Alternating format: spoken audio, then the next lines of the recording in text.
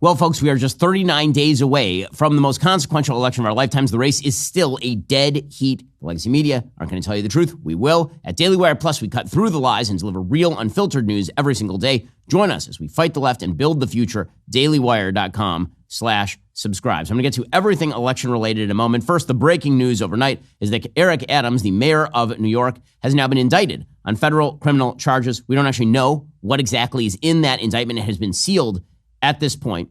Mayor Adams put out a videotaped speech online late on Wednesday night, and he said that all the charges against him would be entirely false and based on lies. A bunch of people inside his administration have been resigning. There have been ongoing investigations into corruption, allegations of money being passed hand to hand, allegations of switches in policy rooted in all of that. We're going to have to wait to see exactly what breaks down in terms of these charges. All I can suggest to Mayor Adams is that he should immediately go and stab somebody on a New York subway station platform, and then he will immediately be released by the prosecution. That's the way that you get out of crimes in New York City. So we'll bring you all the updates as they come in on Eric Adams. Now, this race remains tight as a tick.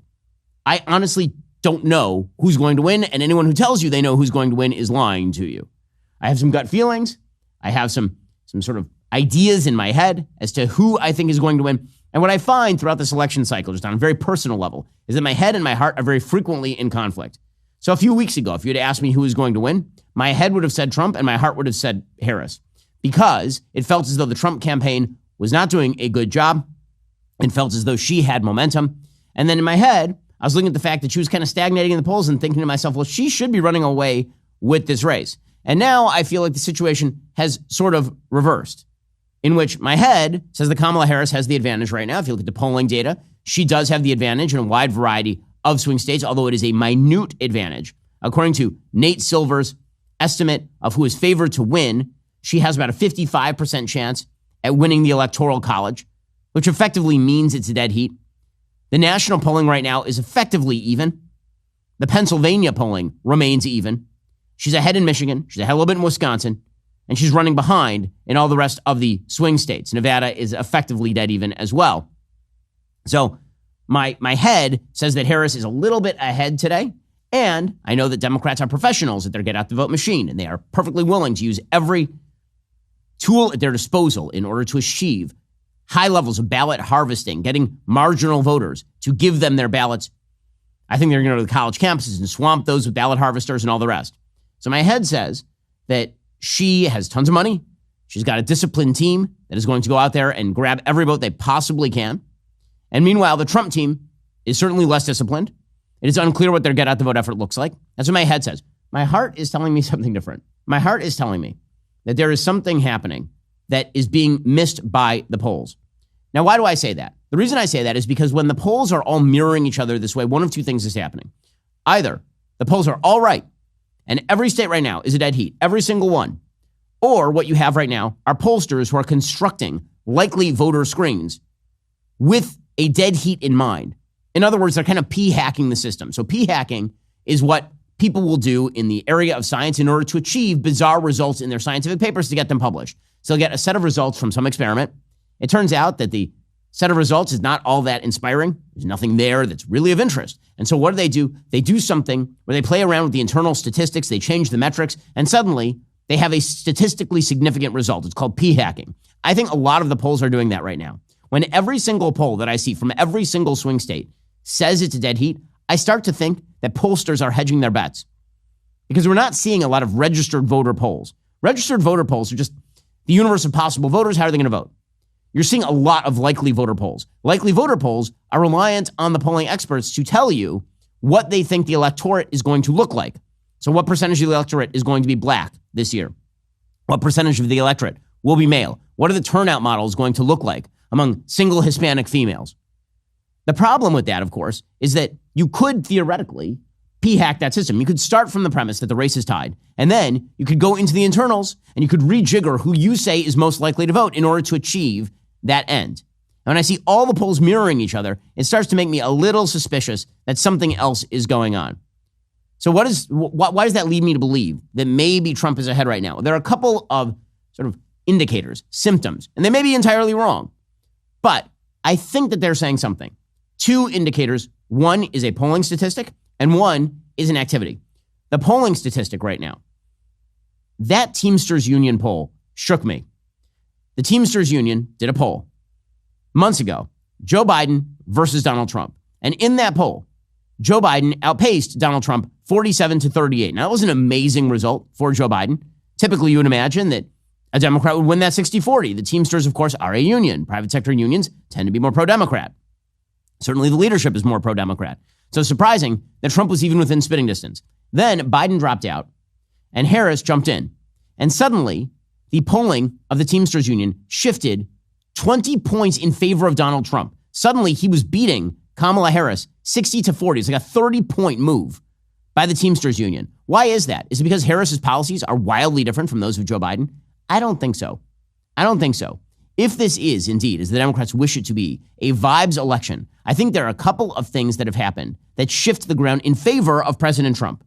In favor of President Trump. Thing number one, there was a taboo until about 6 months ago on people even saying they would vote for Donald Trump. If you lived in a blue area or even a purple area, the mention of Donald Trump's name would send people, your friends and neighbors, into spasms of apoplexy unless you lived in a deep red area. People would get really squeamish. And then something happened. Joe Biden collapsed on the stage, and people started saying out loud for the first time in years that they might actually vote for Donald Trump. The taboo was broken. I know this because I'm in a bunch of chats with tech bros, for example. And in tech bro land, that was an unsayable thing. Now it is kind of a sayable thing that you're thinking about voting for President Trump. There were a lot of people in Silicon Valley who were secretly supporting Trump but wouldn't say it. Well, now they're saying it out loud. Another dirty secret of Silicon Valley is that using the internet without ExpressVPN, not safe. It's like taking a call on a train on speaker for everybody to hear. Most of the time, it's totally fine. And then somebody asks you for your credit card number, and it's a problem. Every time you go online, your ISP can see every single website you visit. In today's America, they are legally allowed to sell that information to advertisers. It's like handing over your browsing history to the highest bidder. There is a simple solution, ExpressVPN. I use ExpressVPN every single day. Here's why you should too. First, it reroutes 100% of your traffic through secure encrypted servers. That means your ISP can't see your browsing history. It's like putting a blindfold on big tech. Second, it's incredibly easy to use. Just fire up that app, you click one button, and now you're protected. Third, it works on all your devices, phones, laptops, tablets, so you can stay private whether you're at home or on the go. I use ExpressVPN every day when I'm prepping for the show. Thanks to ExpressVPN, I know my data is secure even on public Wi-Fi. ExpressVPN isn't just my choice. It's rated #1 by top tech reviewers like CNET and The Verge. So don't wait. Protect your online privacy today. Protect that online privacy by visiting expressvpn.com/Ben. That's expressvpn.com/Ben. Get 3 extra months for free with my exclusive link, expressvpn.com/Ben. The taboo has been broken. And once you break that taboo, you can't unbreak the taboo. The death of Joe Biden on the stage led a bunch of people to say out loud, okay, I guess I might have to vote for Donald Trump. Once you say that, you can't unsay it. Once you say it, you have granted the moral imprimatur, the permission structure for saying that you will vote for Donald Trump. And for you to reverse yourself and then say it's unthinkable to vote for Donald Trump is no longer on the table because you've already said it's thinkable. You have now manifested the reality of the possibility that you might vote for Trump. And after the assassination attempt, there were even more people who started to say, yeah, I might vote for him. I might have to vote for him. Can you imagine a situation 5 years ago in which Mark Zuckerberg of Facebook would have done an interview praising the personal courage of Donald Trump? That would have been unthinkable. Truly unthinkable. And yet that did happen in the aftermath of the assassination attempts. That is a factor that cut in Donald Trump's favor. In other words, that gap between the time that Biden wrapped up the nomination and the time that he dropped out opened a new permission structure that Donald Trump has not had in America since probably 2016. So that's the first thing that happened. The other thing that happened is Kamala Harris jumping into the race and orienting her entire race toward females. Kamala Harris has run the most female-centric campaign of all time. It's not just that she is a female herself. It is that the top issue that she is running on is abortion. The thing that she is running on beyond all others is the idea that abortion is the most critical American right and that everything else is secondary.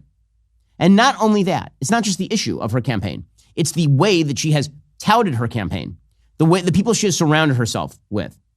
So when she picked Tim Walz, there was this attempt to turn Tim Walz into the gregarious, kindly coach who is going to bring in men.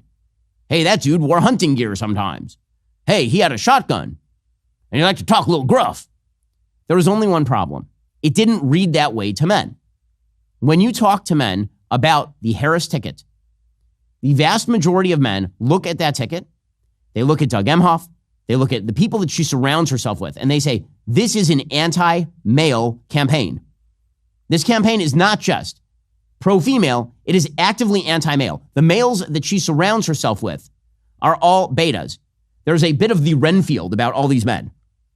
That Tim Walz has to show up on stage, and immediately he's like, yes, master, I will eat the flies. He's doing a full-on Renfield routine vis-a-vis Dracula with Kamala Harris. Total subservience. And that total subservience routine does not draw men in. That is why that ridiculous ad from White Dudes for Harris, put out by Beige Rainbow Pack, was so hilarious. Because even that ad, which was attempting to reach out to the men who like to eat animal meat, even that ad did not read that way. It read as apologetic for masculinity.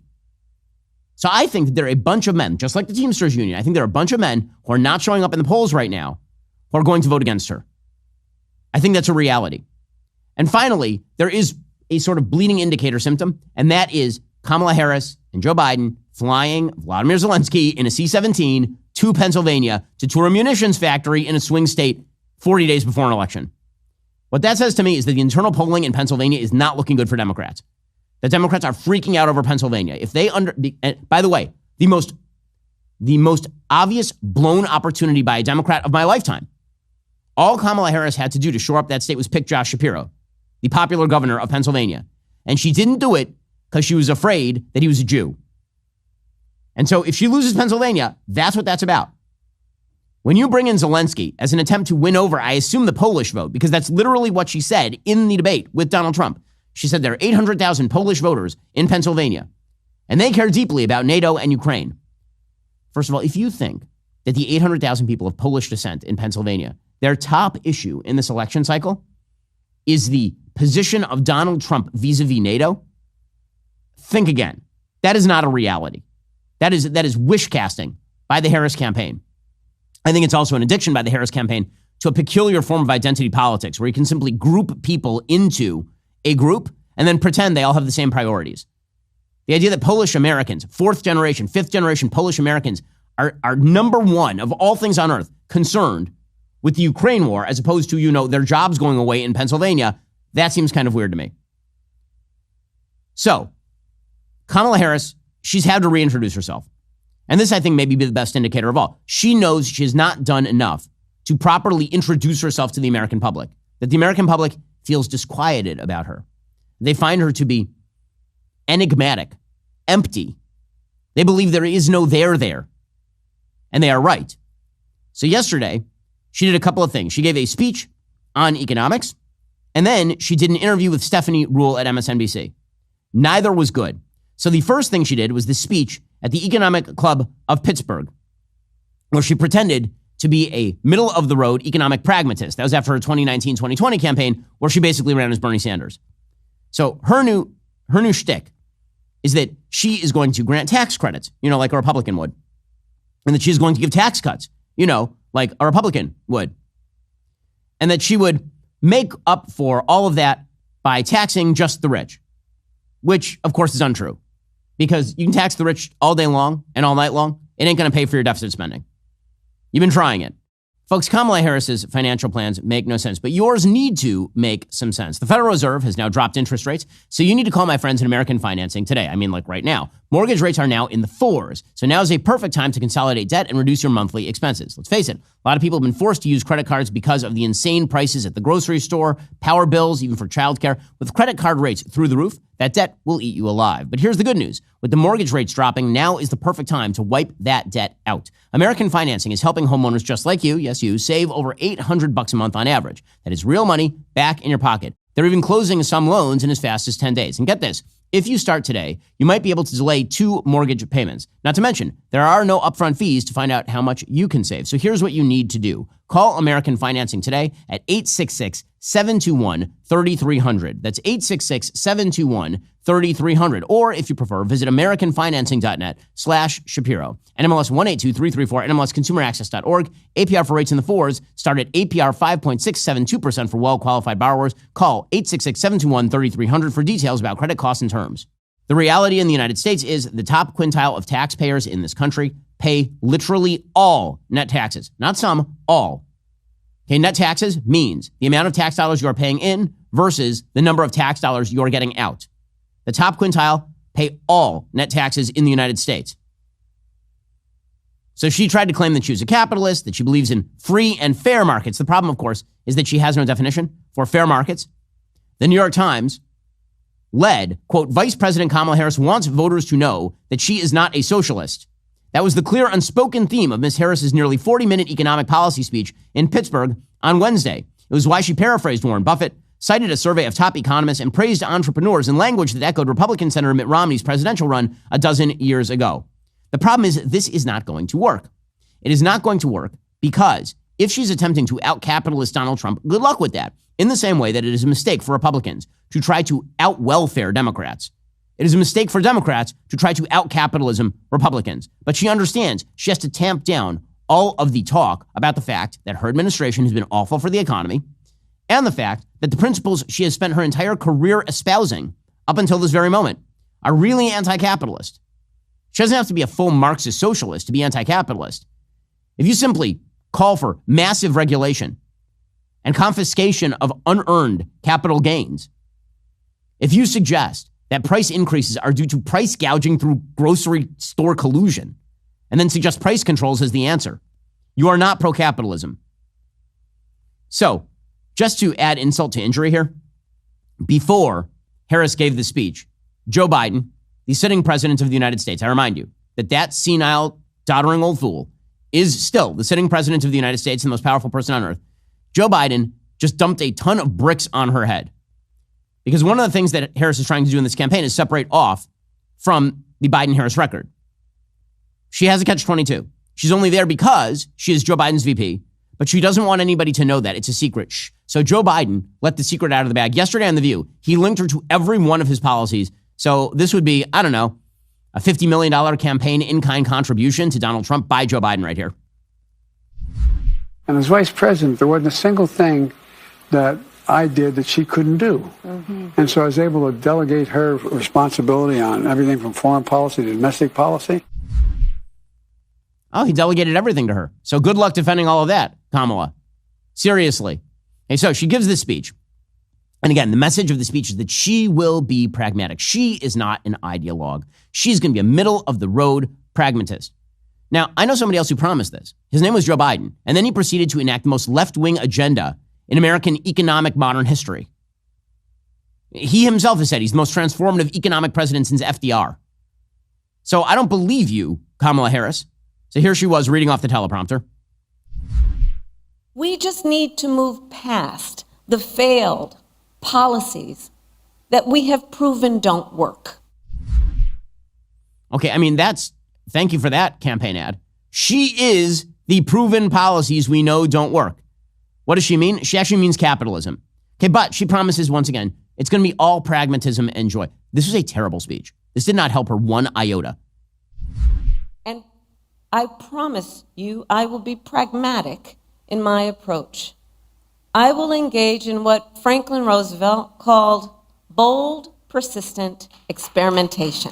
Because I believe we shouldn't be constrained by ideology and instead should seek practical solutions to problems, realistic assessments of what is working and what is not, applying metrics to our analysis, applying facts to our analysis, and stay focused then not only on the crises at hand, but on our big goals.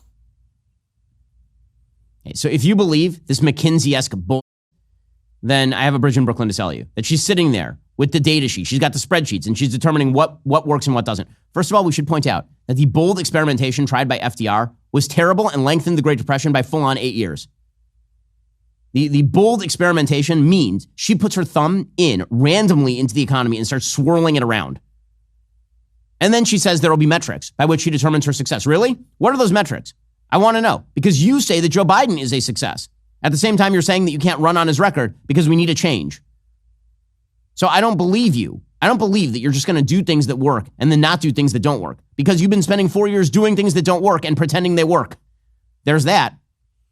Also, I don't believe that you are very pro-capitalism when you say nonsense like this. She says that she's going to challenge the private sector to lift up workers through, wait for it, equity. Now, equity, for those who have been watching, is a code word for racial discrimination.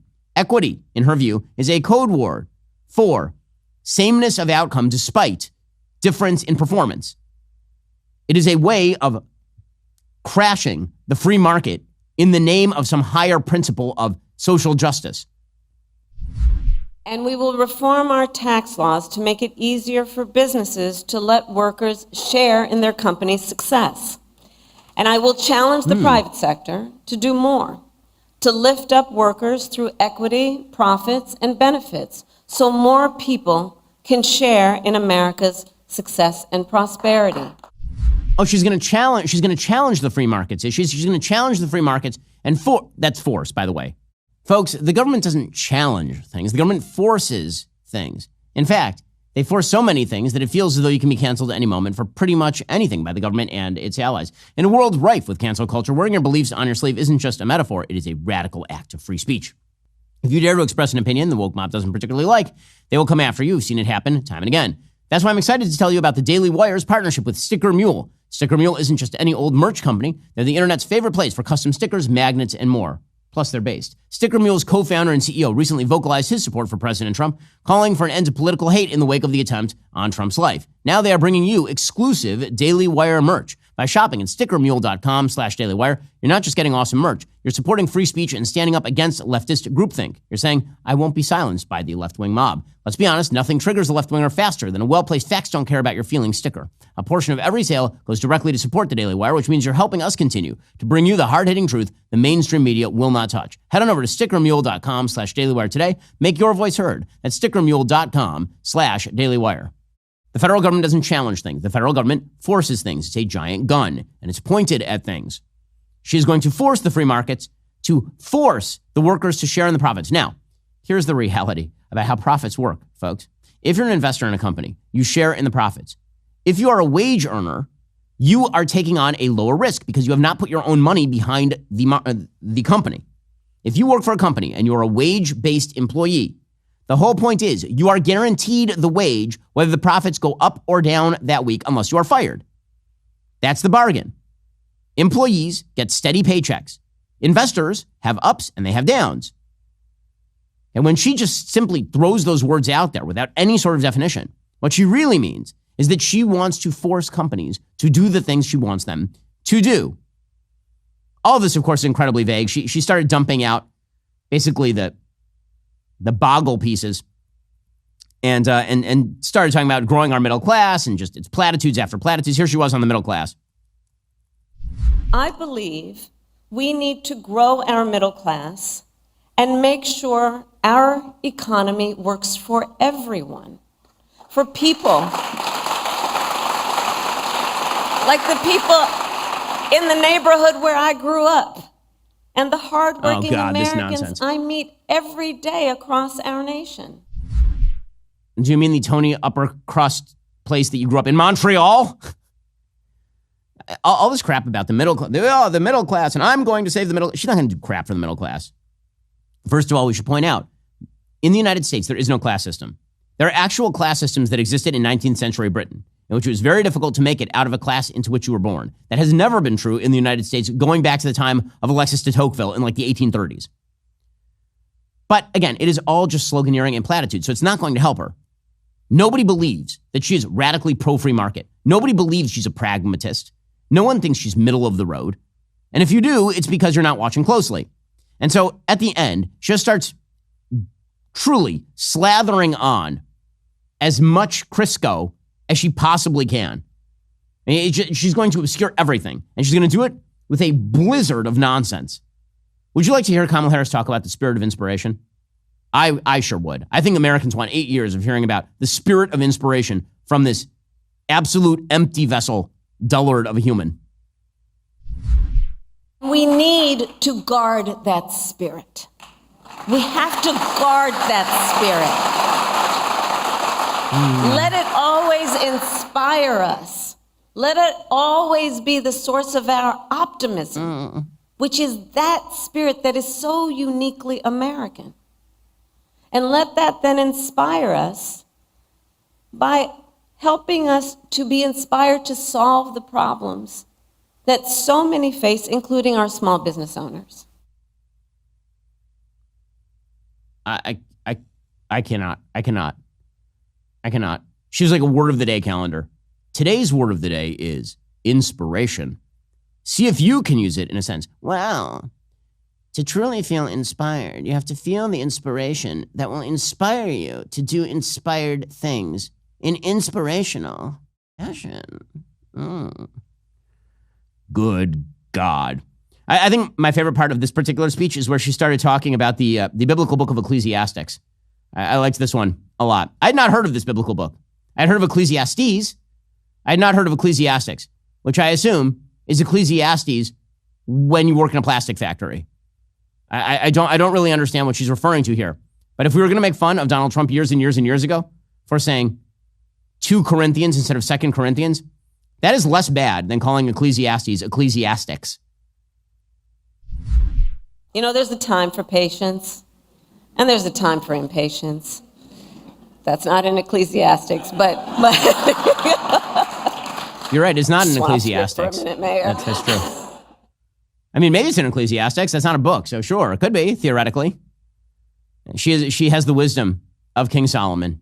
If King Solomon had been dropped on his head as a baby, for sure.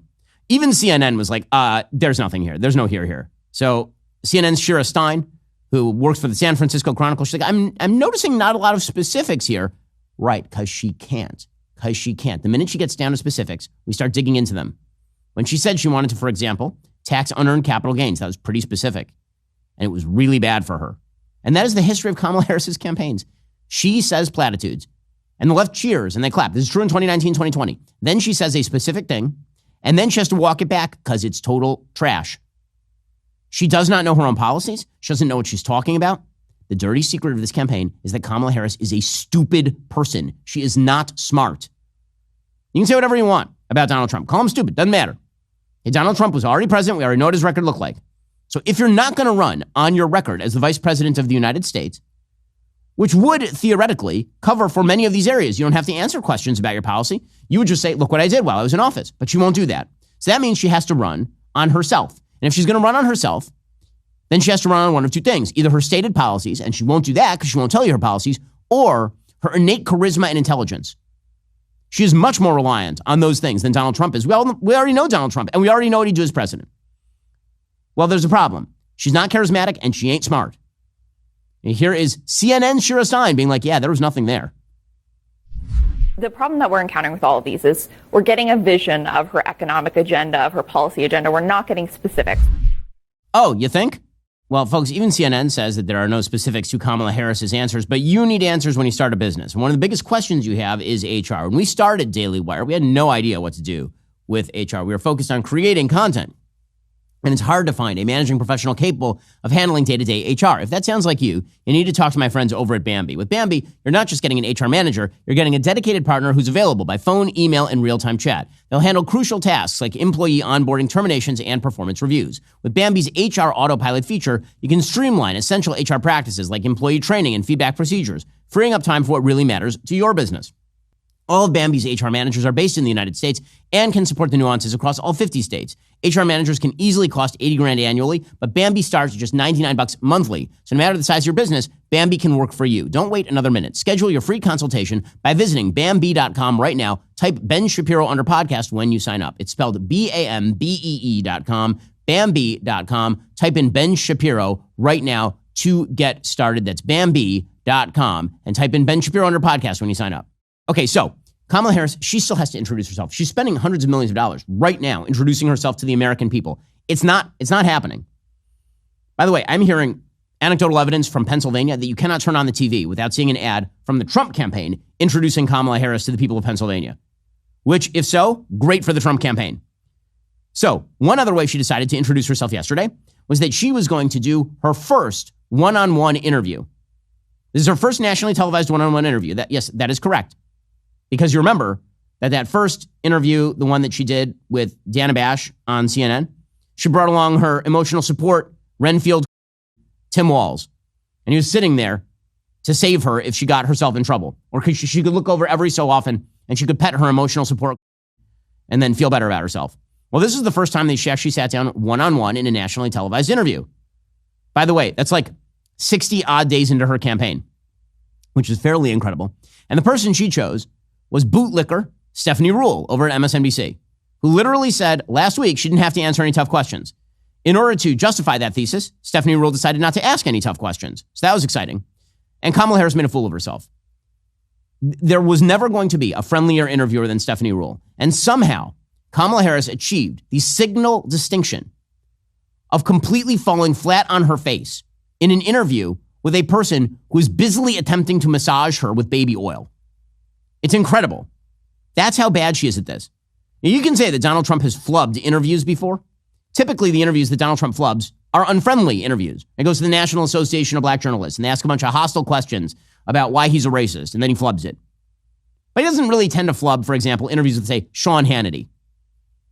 Kamala Harris has found a new way to fail. She flubs interviews with people who are carrying around drool cups for her. So she leads off this interview, and she explains that people are having trouble getting the American dream. At no point does it occur to her that she's the current vice president of the United States. Maybe that's her problem. And I come from the middle class. Look, my mother raised my sister and me. She worked hard. She saved up. By the time I was a teenager, she was able to buy our first home. And, you know, home ownership for too many people in our country now is elusive. You know, gone is the day of everyone thinking they could actually live the American dream. So part of my vision for the economy is let's deal with some of the everyday challenges that people face and address them with common sense solutions, such as affordable housing. Wow, that was really... Affordable housing is her solution. That's a great solution. Do you feel quieted now? Do you feel more calm watching this person? Then she explained, it's very important to have plans. And plans are really, really important. In fact, the planning of the plan is what makes a plan so planned. And one must be serious and have a plan, and a real plan that's not just about some talking point ending in an exclamation at a political rally, but actually putting the thought into what will be the return on the investment, what will be the economic impact on everyday people. One must have a plan. One, not me. I mean, and it can't just be platitudes with an exclamation point at the end. That would be bad. I grew up a middle-class child. Why isn't she catching fire? Why is she riding at 46, 47, 48% in these polls? After 2 months of pure brat energy, why is this lady stuck in a dead tie with Donald? I can't imagine why. So she was asked at one point, why, if she's so anti-Trump tariffs plan, why did she keep half those tariffs in place? Here she was trying to explain. Tariffs aren't unique to President Trump. President Biden has tariffs in place. He's actually looking to potentially implement more. Where do you come out on? Is there a good tariff, a bad tariff? Well, part of it is you don't just throw around the idea of just tariffs across the board, and that's part of the problem with Donald Trump. Frankly, I'm going to, and I say this in all sincerity, he's just not very serious about how he thinks about some of these issues. And one must be serious and have a plan. One must be serious. Oh, yes. Again, because she's a serious person. She's a serious person. By the way, at this point, I should point out, I know many Secret Service agents. I know an ex-Secret Service agent who actually worked with the Vice President of the United States. This is unverified, so take it for what it's worth. Apparently, she sat in her office pretty much all day playing solitaire on her computer. I'm not even joking. That is a real thing, apparently. So maybe it's true. Maybe it's false. I'll just throw out what I've heard. Would not be surprising.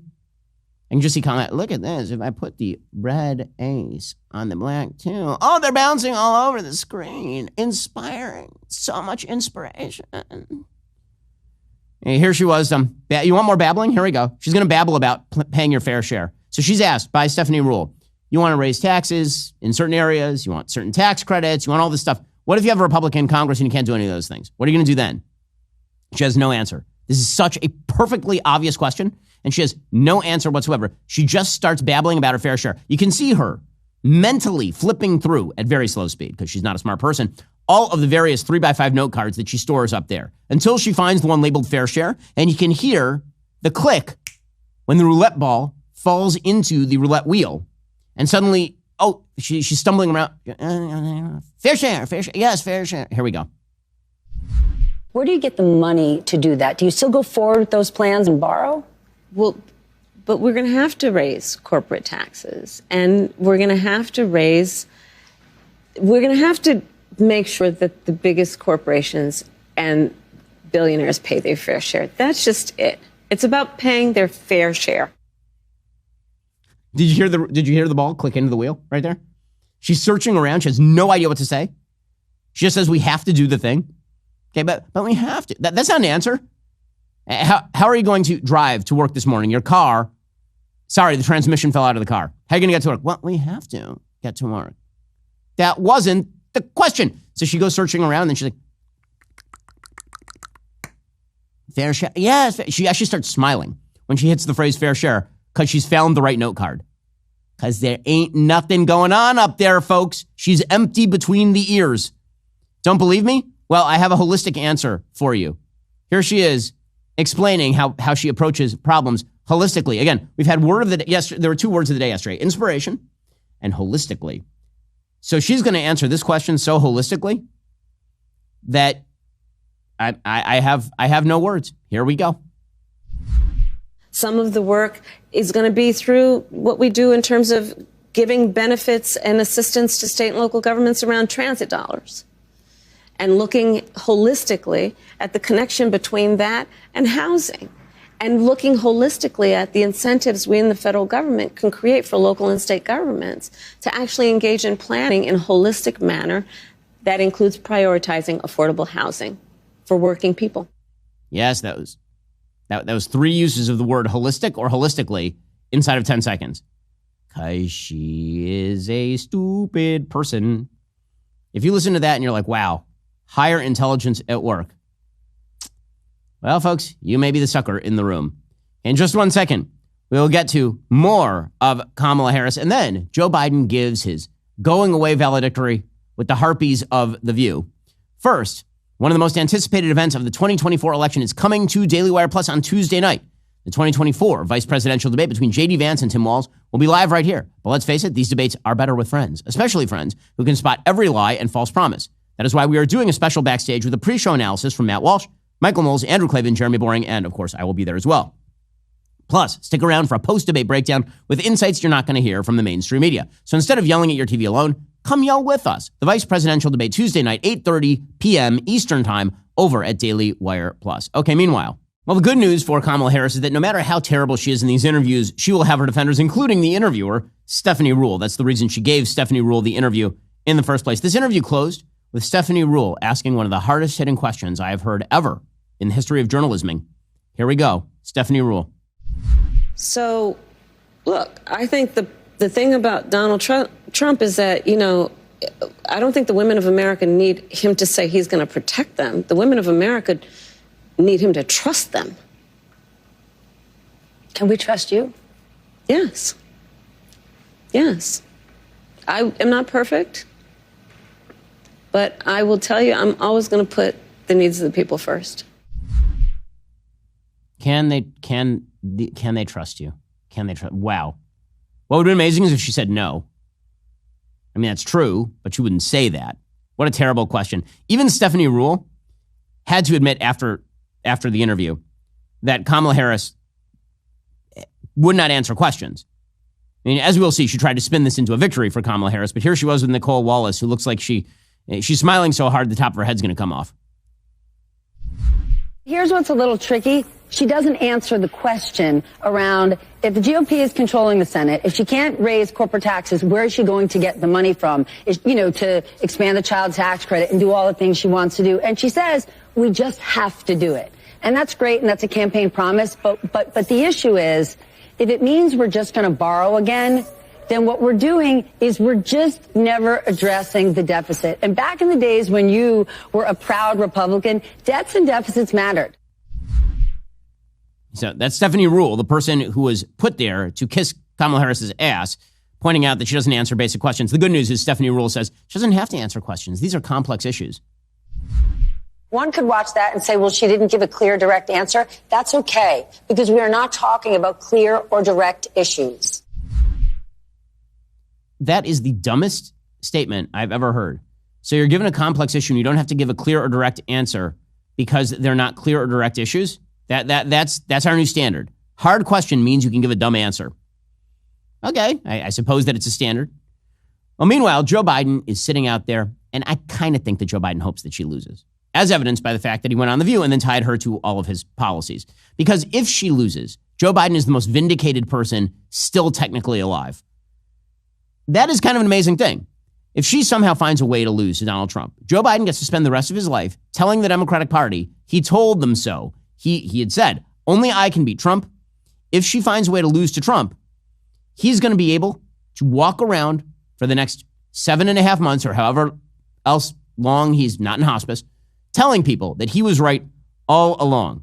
So he's doing his valedictory tour on the View, where the ladies of the View paid homage to him. And he tried to explain how he was forced out. What I did was, I think there were, it makes sense. There were some folks who would like to see me step aside so they have a chance to move on. I get that. That's just human nature. But that wasn't the reason that I stepped down. I stepped down because I started thinking about it. You know, it's hard to think of, I know you're only 30, but it's hard to think of, it's hard for me to even say how old I am. No, I'm serious. I don't know. Why is that? I give my word. It's like, holy God, that can't be right. Okay, well then why were you running in the first place? We all know he was forced out, but he's enjoying these last few moments. So Whoopi Goldberg, she was out there paying tribute to this brilliant orator, legislator, man of the people, Joe Biden.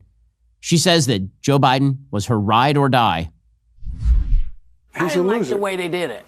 I'm going to just say it out loud because nobody says it out loud. I didn't like the way it was done publicly. I thought they could have done this in a different way because we didn't need to hear all the inner fighting. I didn't like it. I'm saying it to you. You were my ride or die. I was going wherever you were going, that's what I was doing. You see Biden smiling there? He's so uncomfortable because he feels exactly the same way. Well, that's not where that interview ended, by the way. The View then compared Donald Trump to a bug, and Joe Biden slapped the bug. Because these are people of unity and joy. That's the Democratic Party. He just wouldn't go. He was like a bug. He just kept being there. He was like a bug right there. Zzz. So you felt... Oh, and he killed the bug. See, it's funny. It's funny in an era of assassination attempts. It's super duper duper funny. Joe Biden also added in this interview that Donald Trump has no redeeming social values. Look, Trump is... Careful. There's not a lot of social redeeming value there. No, you think right. No redeeming social values. Smack him down like a bug. And, by the way, his Commerce Secretary, Gina Raimondo, went on national TV yesterday and called for Donald Trump to be extinguished forever. Why? But why are there so many assassination attempts on Donald Trump, they asked. How did we get here? Let's extinguish him for good. We have an answer. We have a remarkably talented candidate who is sincere, who's pragmatic, who's open. Let's just get it done. Remarkably talented is definitely one way of putting it. Democrats are getting desperate, and this goes back to my original point here. I know, in my gut, I get the feeling they know that she's in trouble.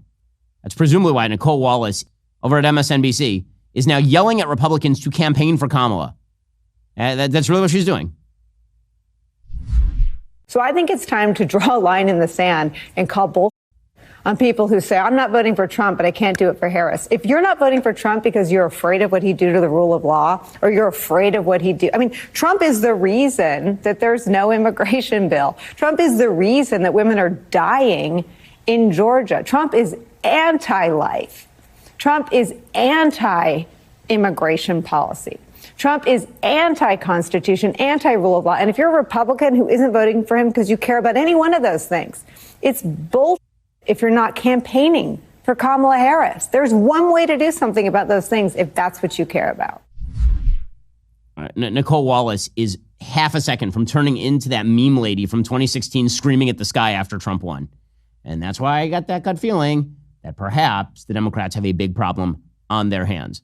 Well, it is a truth bomb that Kamala Harris has a big problem on her hands, something the media don't really want you to know about. But it's not just truth bombs that we drop here at Daily Wire. We also offer you, in conjunction with our friends at Birch Gold, the golden truth bomb. Yes, indeed. That promotion is ending very soon. So everybody knows Kamala Harris's administration is going to be a problem economically speaking. You're looking at a proposed top income tax rate of nearly 40%, 7% hike in corporate taxes, and a capital gains tax on unrealized gains, which is psychotic, frankly. But there is more. They also want to add almost $2 trillion to our $2 trillion deficit, which means that they are just driving the economy off a cliff like Thelma and Louise. Now, I know you're thinking, how can I protect my hard-earned money? Well, the good news is our friends at Birch Gold can help you. Birch Gold can help you convert your existing IRA or 401k into a gold IRA. That's right, a tax-sheltered, inflation-resistant golden ticket to financial security. Here's the kicker. You're not going to pay a penny out of pocket for the conversion. I'm working with Birch Gold for years. They'll answer you all your questions, and then you can take control of your financial future. So text the word Ben to 989898. You'll get that free info kit on gold, no strings attached. And remember, this is important. This is the final month to get that limited edition 24-karat gold-plated truth bomb with qualifying purchases. A fun gift that you get when you sign up with Birch Gold. Time is running out fast. This is your last chance to not only protect your wealth, but also to own a piece of financial truth. Don't miss out on this golden opportunity. It is disappearing faster than common sense in D.C. Text Ben to 989898. Claim your eligibility before September 30th. In a time of high taxes and high inflation, protect your savings with gold from Birch Gold. Text Ben to 989898 for your free info kit today. Meanwhile, the Biden-Harris administration continues to be a thing, like they exist in real life. And they are so unbelievably weak and terrible. So unbelievably weak and terrible. So Israel is currently wrecking Hezbollah. I mean, really wrecking them in Lebanon. They've destroyed over 50% of their long-range capacity. Hezbollah has basically been reduced to firing a dozen to 20 rockets every night into random areas of Israel. Last night it was Acre, Akko in Hebrew, without doing significant damage. That is because Israel has been so wildly effective in its operation so far, from Operation Grim Beeper, as they've been calling it, to the latest airstrikes. Today, for example, they took out the head of the air campaign of Hezbollah. They have incredible levels of intelligence penetration into Hezbollah. So how would that war come to an end? Very easily. If the United States and its allies, if we said, we're going to let Israel go. We're going to give them all the arms they need. They can do whatever they need to push you north of the Litani. So you can go the easy way or you can go the hard way. The easy way is you just move north of the Litani River, and then all of this stops, like right now. If we said that, it would be over. But Joe Biden is pathologically incapable of saying that because Joe Biden believes, like every coward, that if you make concessions, you will suddenly be granted magical beneficence by some of the world's worst human beings. This is why he's been attempting to push for Israel to make concessions to Hamas for the entirety of the Gaza war. And it turns out that the best policy when it comes to fighting terror groups like this, especially terror groups that are involved with the actual government of Lebanon, is to point out to them that if they don't do the thing, they can get wrecked. But Joe Biden will never do that. And so the Biden administration has put forward a series of moves over the course of the last 24 hours, all of which are quite terrible. First, according to Max Abrams, the Pentagon said that the White House has decided the U.S. military will not supply intelligence support to Israel for operations in Lebanon. So Israel has taken out Hezbollah terrorists who killed Americans. And the Biden administration's number one response is, we're not going to help you. I wonder why Hezbollah thinks they can outlast this thing. I wonder why. I wonder why they keep ramping it up. Apparently, the Biden administration is divided over Israel's escalation against Hezbollah. Remember, it's an escalation when Israel responds to 11 months of 8,000 rockets being fired into its territory. That's an escalation, according to the Washington Post. Senior officials are publicly calling for de-escalation as the administration tries to find a diplomatic off-ramp to the metastasizing Middle East conflict. Again, what's amazing about all of this, Hamas, Hezbollah, the conflict would be over today, this moment, if the terrorists just stopped doing the thing. If Hamas surrendered, if its leadership went into exile, and if it surrendered the hostages, the conflict in Gaza is over. That's the end of it.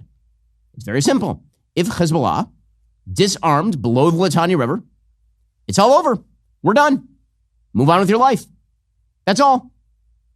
Okay, these asks are not in any way crazy or insane. Israel is not asking for Lebanon to surrender full swaths of sovereign territory to the Israeli government on a permanent basis. They're saying, just don't let terrorists occupy this area the way that you have for the last 20 odd years. And somehow this is controversial. So Joe Biden, he suggested that full-scale war might actually be on the way. Full-scale war. I just have a question. What makes you think full-scale war isn't already happening? It turns out that when Israel is under assault from 7 different fronts, that's called a full-scale war. The only thing that hadn't happened is Israel flexing its muscles, which it is doing right now. So Joe Biden, on The View, which is a great place to announce foreign policy decisions, says that he's going to pursue what he called a deal that fundamentally transforms the region. By the way, that deal was on the table when he came into office. It was called the Abraham Accords. All he had to do was go to the Saudis and guarantee that he was going to smooth the path between the Saudis and the Israelis. And by February of 2021, there would have been a deal between the Saudis and the Israelis, and October 7th never would have happened. That is a reality. That deal was on the table, and Joe Biden blew it up because he's a fool. Because when it comes to foreign policy, he's been wrong on every issue of his entire lifetime. Well, here he was yesterday saying they need a deal. You know, no matter how often you say a deal is not in the offing when one side literally is a terrorist group that refuses to negotiate. Saying a deal. The worst negotiator in human history, this guy. Is a ceasefire still in reach? And would you require all hostages to be released alive in order to have a ceasefire? The answer is part of the ceasefire would be the exchange of those hostages, number one. Number two, an all-out war is possible, but I think there's also the opportunity, or still in play, to have a settlement that could fundamentally change the whole region. I don't know if this guy's in the back room huffing his own farts or what. I mean, like, there is no evidence whatsoever that Hamas has any capacity or interest in cutting that sort of deal. They've rejected every deal that has been presented to them, every single one, since November of 2023. It's amazing.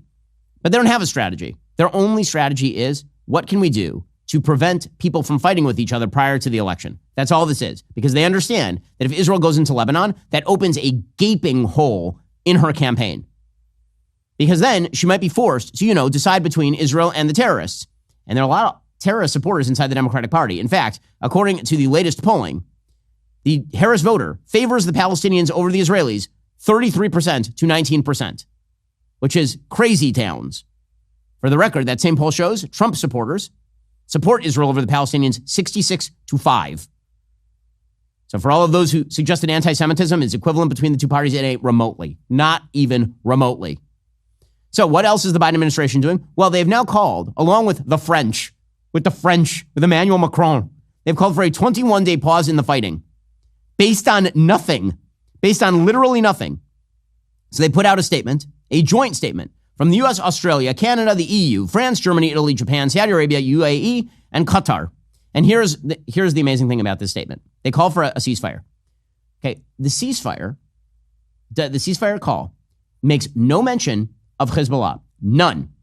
So Israel right now is not fighting the Lebanese government. If they wish to decapitate the Lebanese government, they would be attacking Lebanese government infrastructure, Lebanese government buildings. That is not what they are doing. Lebanon has a government. Hezbollah is part of that government. Israel, if it were at war with the Lebanese government or the Lebanese people, would not be bombing only in the Bekaa Valley, which is where the long-range missiles are, or in the area south of Litani, which is where the rockets are. They wouldn't be hitting specific precincts of Beirut where Hezbollah is known to be. They'd be knocking out the government infrastructure. They would have taken down the electrical grid of Beirut already if they were at war with the Lebanese people or the Lebanese government. So this statement doesn't even make mention of the party that started the conflict. That's how absurd this is. Here is the idiot statement from the cadre of diplomatic morons. Quote, the situation between Lebanon and Israel since October 8th, 2023 is intolerable and presents an unacceptable risk of a broader regional escalation. Okay, now, you might want to point out what happened October 8th. What happened? The answer is Hezbollah, in solidarity with Hamas, started firing rockets over the border. And you guys said nothing for nearly a year. Israel had to evacuate 100,000 of its own citizens from that area inside the Israeli border. There is no border dispute here. Lebanon does not have any sovereign claim to Israel, and Israel tries to make no sovereign claim to Lebanon. They abandoned that area in 2000. I love that the statement doesn't even point out that Hezbollah is the initiator of this conflict. See, this is in nobody's interest, neither the people of Israel nor the people of Lebanon. What do the people of Lebanon have to do with anything?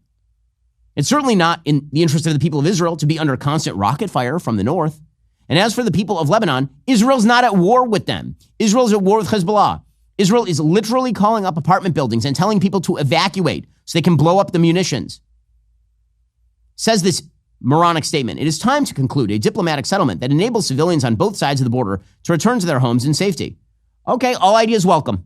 All ideas welcome. Diplomacy is not a strategy. Diplomacy is a tactic. You can't just diplomacy your way into peace. That's not the way things work. It's like Michael Scott declaring bankruptcy. We want a settlement. Okay, who gives a what you want? What are you talking about? Diplomacy, say these dolts, cannot succeed amid an escalation of this conflict. Well, I noticed that when Israel wasn't hitting Hezbollah, there also was not diplomacy. I noticed that. Weird. Amos Hochstein has spent the last year as the American envoy to the Middle East, running back and forth to Lebanon and Israel, and he's accomplished 0 things. It turns out the best way to achieve peace is to make it clear to your opponents that if they do not sign their name on the deal, their brains will be on the piece of paper. In international politics, that is the best way to achieve peace. The credible threat of use of force. Israel is certainly showing credible threat of use of force. That needs to be escalated to the point where Hezbollah cries uncle. That's the only way you get to an off-ramp here. Anybody else gotten any ideas? Ones that work and aren't just a bunch of crap that you spew in front of cameras and fellow diplomats?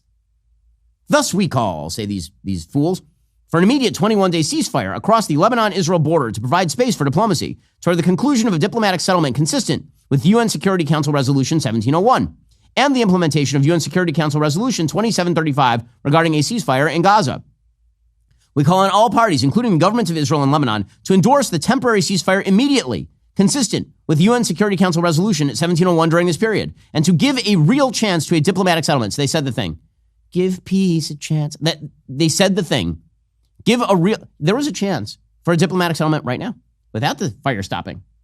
In fact, the rockets from Israelis falling on the heads of Hezbollah commanders, it seems like now is an excellent time for them to make a diplomatic settlement right now to prevent the next bomb from falling on Tahrir in Beirut. Then this joint coalition of complete befuddled tool bags say, we are then prepared to fully support all diplomatic efforts to conclude an agreement between Lebanon and Israel within this period, building on efforts over the last month that ends this crisis altogether. What efforts over the last months have been successful? Name them, any of them. All this is an attempt to buy time by the Biden administration to get past the election. That's all. And they don't care whether the war comes to an end. They don't care whether American allies are forced to evacuate entire swaths of their border to terrorist groups. They don't care about that.